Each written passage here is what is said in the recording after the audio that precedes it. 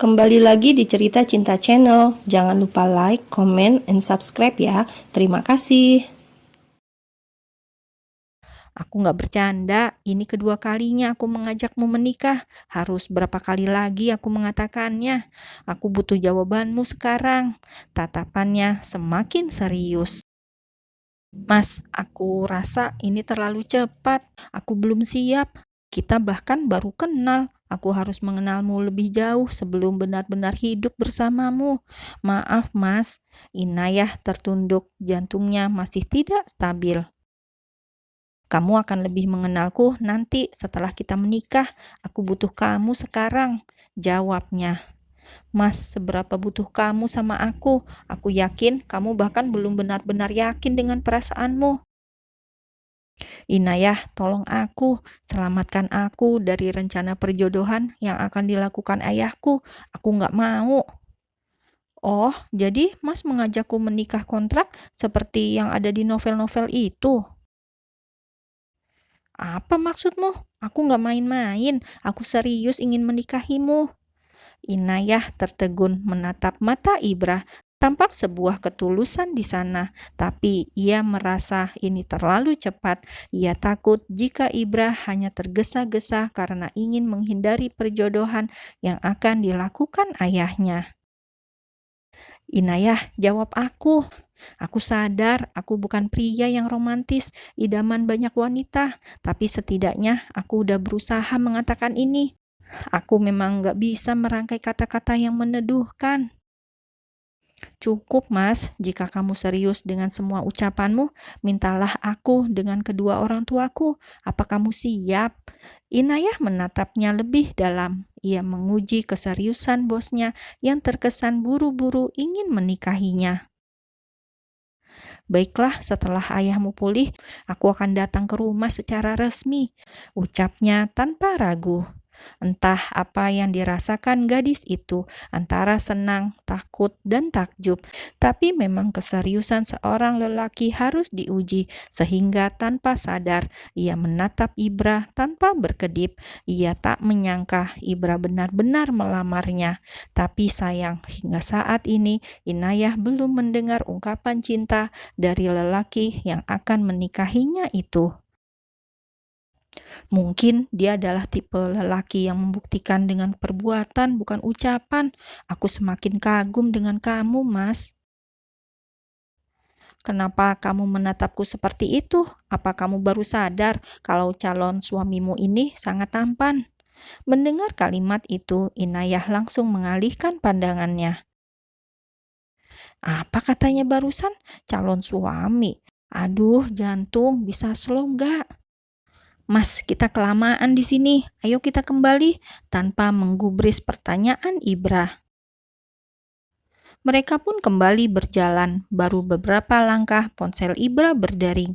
Sebentar ya, kamu tunggu di sini, jangan kemana-mana. Inayah mengangguk tanda mengerti. Ibrah segera menjauh dari Inayah untuk menerima panggilan dari papanya. Inayah berdiri sembari menunggu Ibrah. Ia menghadap ke arah taman rumah sakit yang berjarak sekitar 50 meter dari hadapannya. Lalu tiba-tiba ada seseorang yang mencengkram lengannya kuat dan menariknya untuk mengikut, membuat gadis itu terkejut dan langsung menoleh. "Mari kita bicara sebentar," ucap lelaki itu. "Bang Riki, lepasin!" menarik lengannya dari cengkraman tangan Riki. Laki-laki yang kini menggunakan jas putih khusus dokter. Tanpa bertanya, Inayah sudah langsung mengetahui pasti dia bertugas di rumah sakit ini. "Kamu kok bisa di sini? Siapa yang sakit?" dengan ekspresi penuh tanda tanya. "Ayahku," jawabnya ketus. "Ayah, ada apa dengan ayah mertua?" ucapnya dengan penuh percaya diri. "Ayah mertua, jangan mimpi. Kamu berubah ya sekarang? Aku bukan Ina yang dulu, jadi jangan lagi mendekatiku, paham?" Inayah segera menjauh dari Riki dan berjalan kembali ke tempat di mana Ibra menyuruhnya untuk menunggu. Lalu Ricky mengejar Inayah dan mencoba menarik lagi lengannya. Ternyata Ibra sudah selesai berbicara di telepon dan berjalan menuju ke Inayah. Namun pemandangan di hadapannya seketika membuatnya emosi. "Lepaskan tanganmu darinya," dengan suara yang besar tentunya. "Mas, udah selesai." Setelah Ricky melepaskan cengkeramannya, Inayah langsung berlari kecil mendekati Ibra. "Kenapa Anda selalu ikut campur dengan urusan kami berdua?"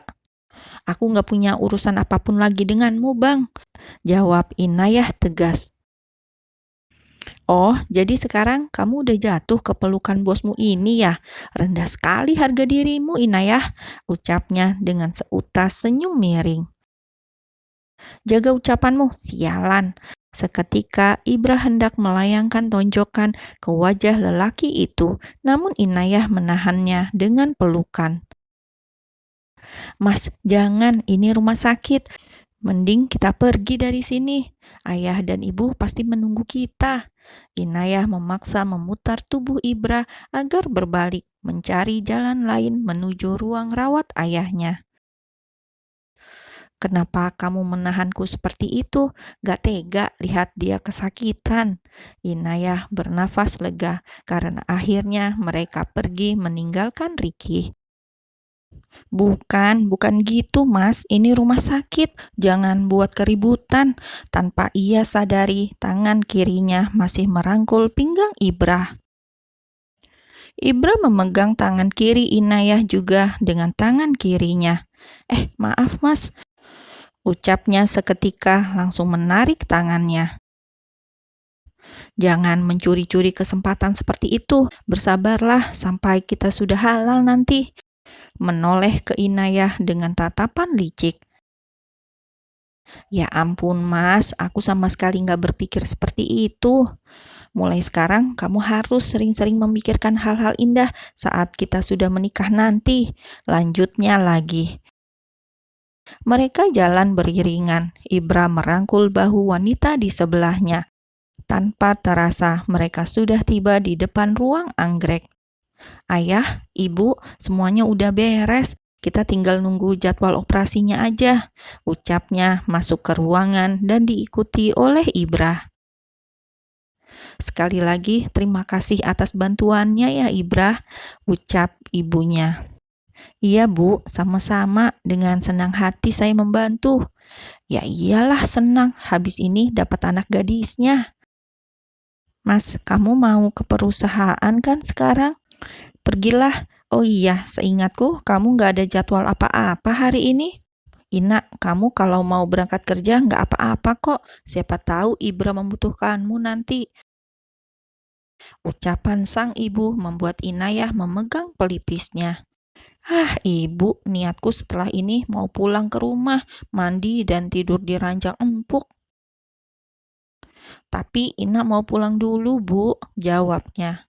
"Oke, aku antar," sahut Ibra. "Bu, Ina pulang ya. Nanti sore Ina kesini lagi, tidur di sini lagi." "Gak usah, kamu jaga rumah aja, tidur di rumah, mau tidur di lantai lagi, Inayah tak bisa menjawab apapun.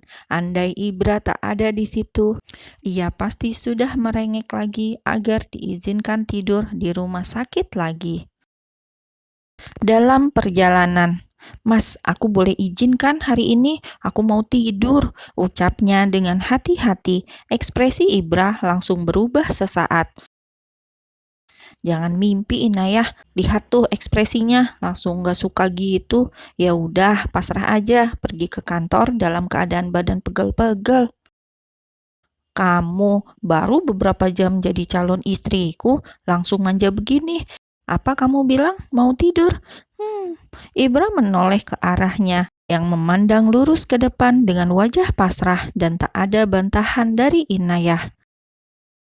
"Bercanda, boleh kok, istirahatlah. Kamu beneran tidur di lantai tadi malam?" "Iya, Mas." "Sepertinya ibu gak memaksamu untuk tidur di rumah sakit. Kenapa kamu gak pulang ke rumah?" "Hehe, aku takut sendirian di rumah," jawabnya cengir. Ternyata selain cengeng, kamu juga penakut ya. Begitulah, Mas. Kamu belum mandi kan sejak kemarin? Ibra mendekati wajahnya ke pundak Inayah. Iya, Mas, pasti aromanya nggak sedap ya. Inayah mencium kedua lengannya secara bergantian. Ibra menggeleng. Ada apa denganku hari ini? Ternyata tadi melamar seorang wanita yang belum mandi. Ha, ucapnya seraya tertawa lepas. Semenjak mengenal Ibra, baru kali itu ia melihatnya tertawa lepas seperti itu. Tapi kamu bahagia kan? Buktinya kamu tertawa, menunjuk wajah Ibra. Jelas aku bahagia, mengelus lembut kepala wanita itu membuat wajahnya bersemu merah. Inayah, maukah kamu berjanji padaku? Lanjutnya. Berjanji apa, Mas? Menoleh ke Ibra. Berjanjilah akan tetap bersamaku, apapun rintangan yang akan kita hadapi ke depan, jangan pernah tinggalkan aku, apapun keadaannya, karena mulai detik ini aku harus berjuang, dan berjuanglah bersamaku. Apa kamu bersedia? Mendengar kalimat itu, perasaan Inayah menjadi campur aduk antara haru dan takut. Iya, Mas, seraya tersenyum. Terima kasih. Mengambil tangan kanan Inayah lalu mengecupnya dengan lembut. Mas, Inayah tersentak kaget. Kenapa kamu harus terbiasa dengan perlakuanku seperti ini?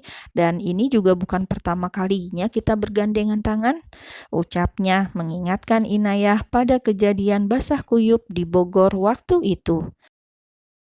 Ini beneran calon suamiku, semanis ini. Aku harus banyak-banyak bersyukur.